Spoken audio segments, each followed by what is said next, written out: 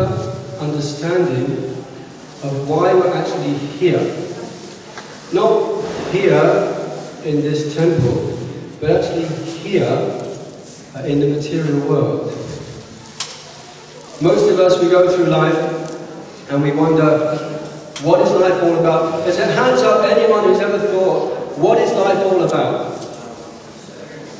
Yeah, I think everybody has at some time. And we get all sorts of answers from all different kind of people. You know, the goal of life is to get a good education, the goal of life is to be an accountant, the goal of life is so many things. Maybe you want to be a rock star or an artist or something like that. But all these goals, they're very nice. We get some happiness from them. Some of us are very fortunate that we're able to do what we want to do in life.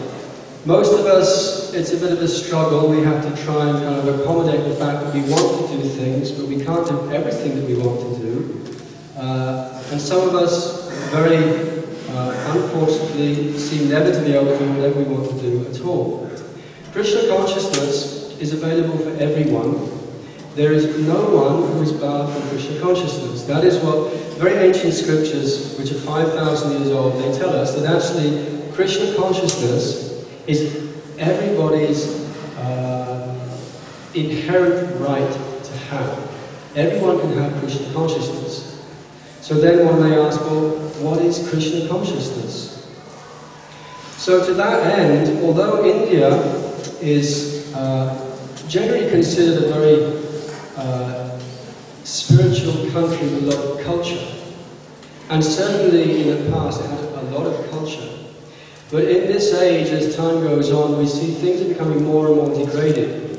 And what we consider to be good qualities in life and in people, like tolerance and compassion, gentility and peacefulness, they're becoming more and more degraded.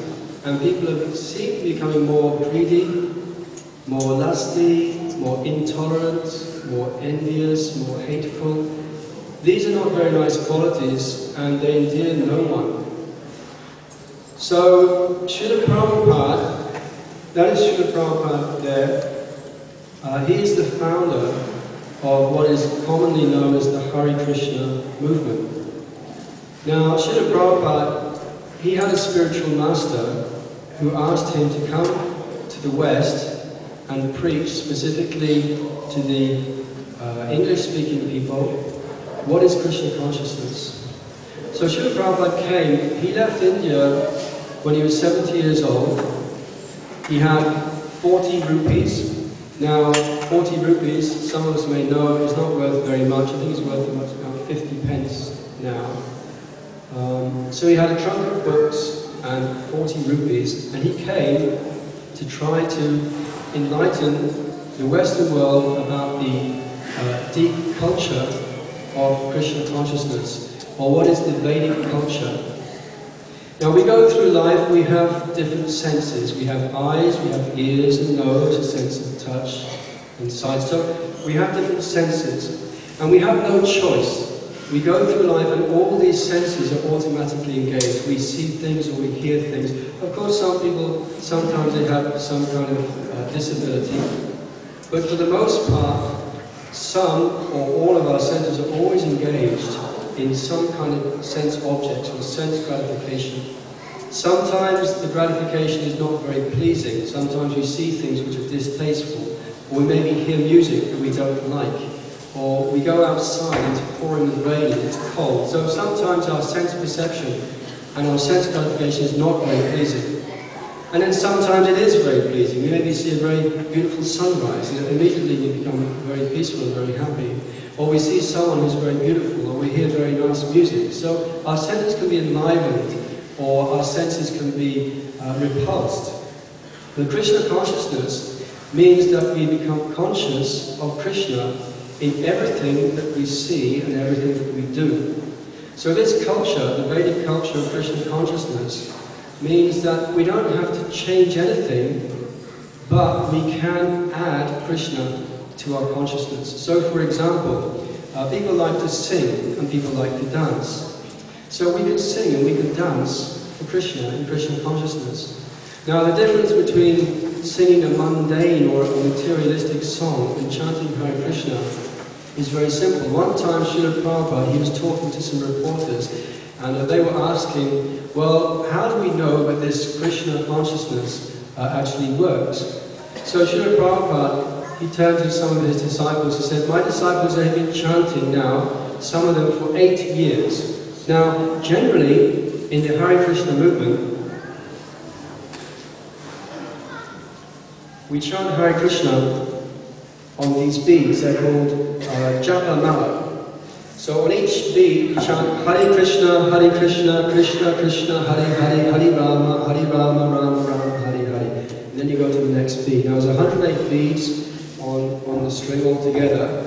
And all of the devotees in the Hare Krishna movement, they chant at least 16 rounds. Now that takes about 2 hours generally, and it's approximately 100,000 names of Krishna. Hare Krishna, that's 2 names. Hare Krishna is 2 names. So Srila Prabhupada said, my devotees, they've been chanting Hare Krishna now for many years, and they must have chanted millions and millions of names of Krishna, and it's still very exciting and very lively, and brings them great joy and happiness. Now we may find, for example, that,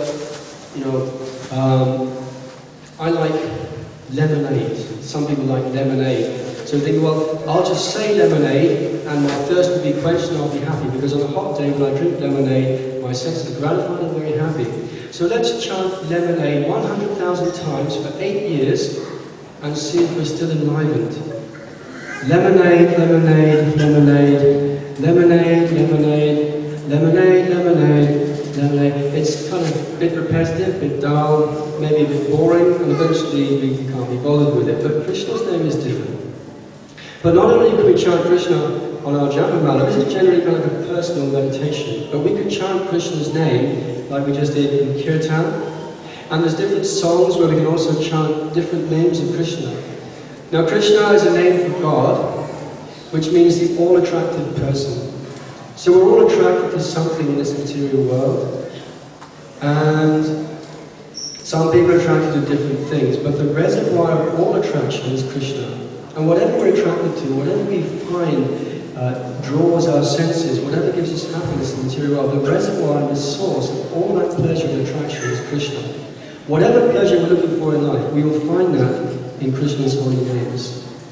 So Krishna, he comes to this material world. He appeared 5,000 years ago, and then he appeared again 500 years ago, and he explained that if we want to attain this level of ultimate attraction and happiness in life, which doesn't grow dull but actually gets sweeter and sweeter, then simply we chant the holy names of Krishna. Now the whole culture of Krishna consciousness, Vedic culture, is so that we can engage all our senses in relation to Krishna. And the nature of Krishna consciousness is that gradually we will become more and more attracted. As our pleasure grows and grows, automatically we give up the distasteful things in life. Sometimes it's very hard, for example. Some people, they smoke and they want to give up smoking, but it's very, very difficult. But if we have a higher taste for something, it's very easy to give up a lower taste. For example, let's say we have a 14-year-old son who gets £5 a week pocket money, and we say, would you like £15 a week pocket money? Now, most young boys at 14 years old are going to say, of course I'd like £15 pocket money, because it's much better than £5 pocket money, because I can spend more, I can do more. So similarly, we're looking for happiness and taste. I think it's fair to say that everyone here is looking to be happy. Now, some of us may be happy more than others, but can we have a show of hands? Is anyone here wanting to be happy in life? Does anybody want to be miserable, depressed and sad? Anyone? Okay, well that's quite simple then. So everyone wants to be happy. Now, what we're going to try to do today is to show that there's many ways to engage in Krishna consciousness. It's a festival for the eyes, for the ears. There's so much nice prasadam for taste, food offered to Krishna.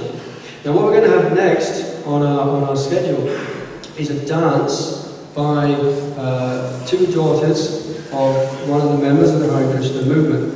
It's a dance according to the traditional Indian style. I believe it's called Bharatanatyam, is that right? Yeah, thank you. And they're going to dance to a song which is different names of Krishna. Yashomati Nandana, Rajajana Ramayana. So these different names of Krishna.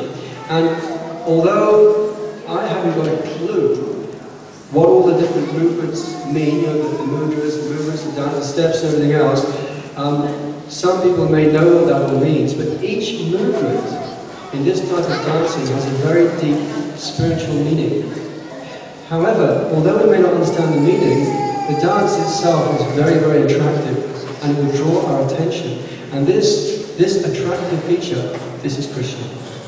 So we have dance, we have song, we have drama, we have meditation, we have food, we have literature, for the intellect, for the mind. Everything can be engaged in Krishna consciousness.